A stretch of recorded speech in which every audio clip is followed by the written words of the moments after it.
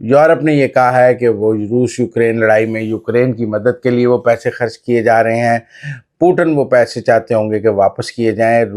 Europe نے Ukraine کی جو مدد کرنی ہے وہ اپنی جیب سے کرے، روس کے پیسوں سے نہ کرے. میرے خیال میں ایک تو وہ جو روس کے بلینز آف ڈالرز یورپ میں ہیں ان کی واپسی کا معاملہ پھنسا ہوا ہے. تبھی پوٹن کہتے ہیں کہ اگر روس کا تو یورپ کے ساتھ لڑنے کا کوئی موڈ نہیں ہے، لیکن اگر یورپ کا روس کے ساتھ لڑنے کا موڈ ہے تو روس تیار ہے. اس کا مطلب ہے اس وقت یوکرین سے زیادہ کہیں نہ کہیں یورپ سے معاملات پھنسے ہوئے ہیں. یورپ سے ایک تو روس کے جو اثاثے منجمد ہوئے ہیں، ان کے پیسے ہیں کو بلینز آف ڈالرز، وہ جس کے سود سے یوکرین کی مدد کی جا رہی ہے، اور کچھ پابندیاں ہیں جو امریکہ اور یورپ نے مل کر روس پر لگائی ہوئی ہیں. روس جو ہے سیز فائر کے عوض وہ پابندیاں بھی ختم کروانا چاہتے ہیں. یہ ایک ٹکٹ میں دو مزے ہو جائیں گے، کیونکہ ایک تو وہ یوکرین کا ساتھ جتنا قبضہ کیا ہوا علاقہ ہے وہ رکھنا چاہتے ہیں، یوکرین کا سرنڈر چاہتے ہیں، یوکرین کی نیٹو میں شمولیت روکنا چاہتے ہیں، اور ساتھ ساتھ وہ یورپ سے اپنے پیسے بھی واپس چاہتے ہیں، اثاثے بھی واپس چاہتے ہیں، اور معاشی پابندیوں کا بھی خاتمہ چاہتے ہیں. اب یہ سب کچھ کرنے کا مطلب یہ ہے کہ مغرب جو ہے وہ روس کے آگے ہار گیا. مغرب کو کہیں نہ کہیں یوکرین کی ہار تو قبول ہے کہ وہ یوکرین کے علاقے رکھ لیں، یوکرین کے سب کچھ رکھ لیں، یوکرین کوئی اتنا ایشو نہیں ہے، یوکرین ہار جائے تو ہار جائے، یوکرین جیت جائے تو جیت جائے. لیکن جو مغرب کی ہار ہے اور جو امریکہ کی ہار ہے وہ بڑا ایک ایشو ہے کہ اس سیز فائر سے یہ تاثر نہیں ملنا چاہیے کہ امریکہ اور مغرب جو ہیں وہ مل کر روس سے ہار گئے ہیں. لہٰذا معاشی پابندیاں، روس کا یہ موقف ہے کہ اگر میں سیز فائر کروں اور جواب میں میرے پر معاشی پابندیاں قائم رہیں تو مجھے اس سیز فائر کا کیا فائدہ ہے؟ لڑائی چلتی رہے، مجھے لڑائی کیا کہہ رہی ہے؟ اب تو میں نے کافی رقبہ جو ہے وہ قبضہ کر لیا ہے، میں 2 سال میں مزید رقبہ قبضہ کر لوں گا. اور یورپ بھی پیسے لگا کے تھک گیا ہے، وہ اور پیسے لگا لیں. میری تو یورپ سے تبھی صلح ہوگی جب وہ میرے سے پابندیاں اٹھائیں گے اور میرے پیسے مجھے واپس کریں گے.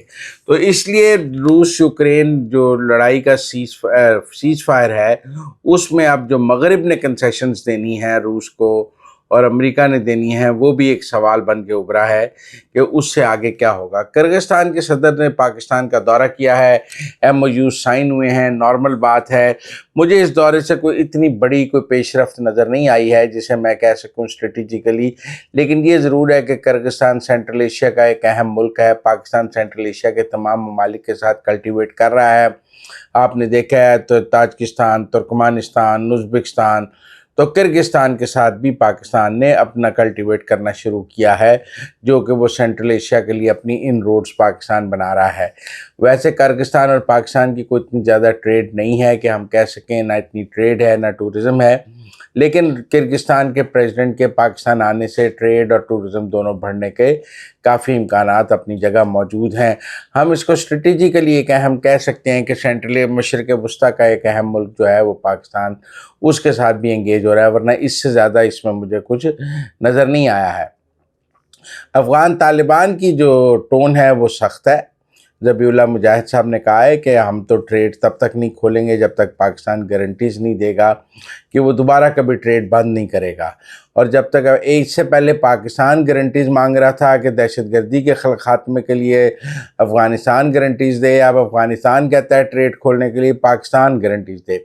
اس سے تو ایک بات ظاہر ہوتی ہے کہ سعودی عرب میں ہونے والے مذاکرات جو ہیں وہ مکمل طور پر ناکام ہو گئے ہیں. اگر ہم ذبیح اللہ مجاہد کا آج کا بیان دیکھیں تو وہ یہ بتا رہا ہے کہ سعودی عرب کی ثالثی بھی ناکام ہو گئی ہے. اس سے پہلے قطر کی ثالثی ناکام ہوئی تھی، پھر ترکی کی ثالثی ناکام ہوئی تھی، اور اب سعودی عرب کی ثالثی بھی ناکام ہو گئی ہے. سعودی عرب نے پاکستان میں جو اپنے $3 بلین رکھے ہوئے ہیں وہ انہوں نے اس کو 1 سال کے لیے ایکسٹینڈ کر دیا ہے. اب وہ 8 دسمبر 2026 تک پاکستان کے اسٹیٹ بینک میں ہوں گے. ویسے ایک دور میں سعودی عرب سے یہ ایکسٹینڈ کرانے کے لیے ہمیں بڑی منتیں کرنی پڑتی تھیں، بڑی بات چیت، بڑے وفد جاتے ہوتے تھے، سعودی عرب تھریٹ بھی کرتا تھا. ایک دفعہ سعودی عرب نے تھریٹ کر کے پیسے واپس بھی لے لیے تھے، اور ہم نے چین سے قرضہ لے کر سعودی عرب کے پیسے واپس کیے تھے جب وہ عمران خان سے ناراض ہو گئے تھے. جب وہ ملیشیا میں کانفرنس رکھی گئی تھی اس وقت سعودی عرب نے اپنے یہ ڈپازٹ وڈرا بھی کر لیے تھے عمران خان کے دور میں، جب تعلقات بہت کشیدہ ہو گئے تھے. لیکن اب تو بغیر کہے، بغیر کسی وفد کے گئے، خود بخود آٹو پہ ہی یہ 1 سال کے لیے ایکسٹینڈ ہو گئے ہیں، اور پاکستان اور سعودی عرب کے جو دفاعی معاہدہ ہوا ہے، مجھے لگتا ہے اس کے بعد اب یہ کوئی اتنا بڑا ایشو نہیں رہ جانا چاہیے کہ سعودی عرب کا جو ڈپازٹ ہے سعودی عرب پاکستان سے نکال لے گا۔ اب بات اس سے آگے جانے کی ضرورت ہے۔